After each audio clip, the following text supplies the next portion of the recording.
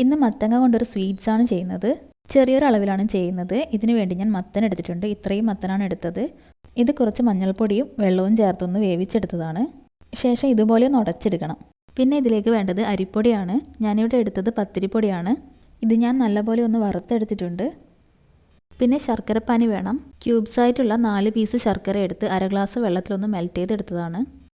പിന്നെ ഒരു പാൻ അടുപ്പിൽ വെച്ച് 1 ടേബിൾ സ്പൂൺ നെയ്യ് ഒഴിച്ച് കൊടുക്കുന്നുണ്ട്. നെയ്യൊന്ന് മെൽറ്റായി വരുമ്പോൾ അണ്ടിപ്പരിപ്പ് വറുത്തെടുക്കണം. ചെറുതായിട്ടൊന്ന് ബ്രൗൺ കളർ ആവുമ്പോൾ മാറ്റി വെച്ച് കൊടുക്കണം. പിന്നെ ഇതുപോലെ മുന്തിരിയും വറുത്തെടുക്കണം. പിന്നെ ഇതേ പാനിലേക്ക് 1 ടേബിൾ സ്പൂൺ കൂടി നെയ്യ് ഒഴിച്ച് കൊടുക്കുന്നുണ്ട്. ഇതൊന്ന് മെൽറ്റായി വരുമ്പോൾ നമുക്ക് മത്തൻ ചേർത്ത് കൊടുക്കണം. ഉടച്ച് വെച്ച മത്തൻ ഇതിലേക്ക് ചേർത്ത് നല്ലപോലെ ഒന്ന് മിക്സ് ചെയ്ത് കൊടുക്കണം. ഈ സമയത്തൊക്കെ സ്റ്റൗ മീഡിയത്തിലാണുള്ളത്. ഇത് ചെറുതായിട്ടൊന്ന് ഡ്രൈ ആയി വരുന്നത് വരെ ഒന്ന് മിക്സ് ചെയ്ത് കൊടുക്കണം. പിന്നെ ഇതിലേക്ക് അര കപ്പ് തേങ്ങ ചേർത്ത് കൊടുക്കുന്നുണ്ട്. ശേഷം നല്ലപോലെ ഒന്ന് മിക്സ് ചെയ്തെടുക്കണം. മത്തനും തേങ്ങയൊക്കെ നല്ലപോലെ ഒന്ന് യോജിച്ച് കിട്ടണം.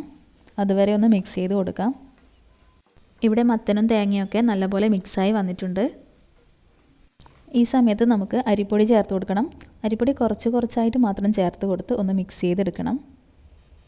ഒന്ന് മിക്സ് ചെയ്തതിന് ശേഷം ബാക്കിയുള്ളത് കൂടെ ചേർത്ത് നല്ലപോലെ ഒന്ന് മിക്സ് ചെയ്തെടുക്കാം. ഇത് മിക്സ് ചെയ്തെടുക്കുമ്പോൾ ഇതുപോലെ കട്ടയായി കിടന്നാൽ പേടിക്കൊന്നും വേണ്ട. ശർക്കരപ്പാനി ഒഴിക്കുമ്പോൾ റെഡി ആയിക്കോളും. ശേഷം ഇതിലേക്ക് ശർക്കരപ്പാനി ഒഴിച്ചു കൊടുക്കുന്നുണ്ട്. ഈ സമയത്ത് സ്റ്റൗ ഒന്ന് സിമ്മിലിട്ട് കൊടുക്കണം.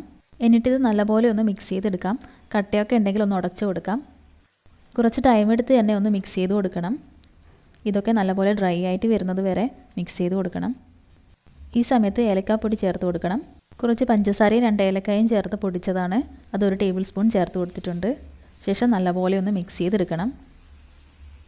പിന്നെ ഇതിലേക്ക് വറുത്ത് വെച്ച അണ്ടിപ്പരിപ്പ് മുന്തിരിയും ചേർത്ത് കൊടുക്കണം. ശേഷം നല്ലപോലെ ഒന്ന് മിക്സ് ചെയ്തെടുക്കണം. ഇതൊന്ന് ഡ്രൈ ആയി വരുന്നുണ്ട്. പാനിൽ നിന്നൊക്കെ ഇതുപോലെ വിട്ട് കിട്ടണം. ഇതിൽ ശർക്കരയൊക്കെ നിങ്ങളുടെ മധുരത്തിനനുസരിച്ച് ചേർത്ത് കൊടുക്കാം. പിന്നെ ഞാൻ ഇതിലേക്ക് 1 ടീസ്പൂൺ നെയ്യ് ചേർത്ത് കൊടുക്കുന്നുണ്ട്. നിങ്ങൾക്ക് നെയ്യ് വേണമെങ്കിൽ കൂടുതൽ ചേർത്ത് കൊടുക്കാം. ശേഷം ഇത് നല്ലപോലെ ഒന്ന് മിക്സ് ചെയ്തെടുക്കണം.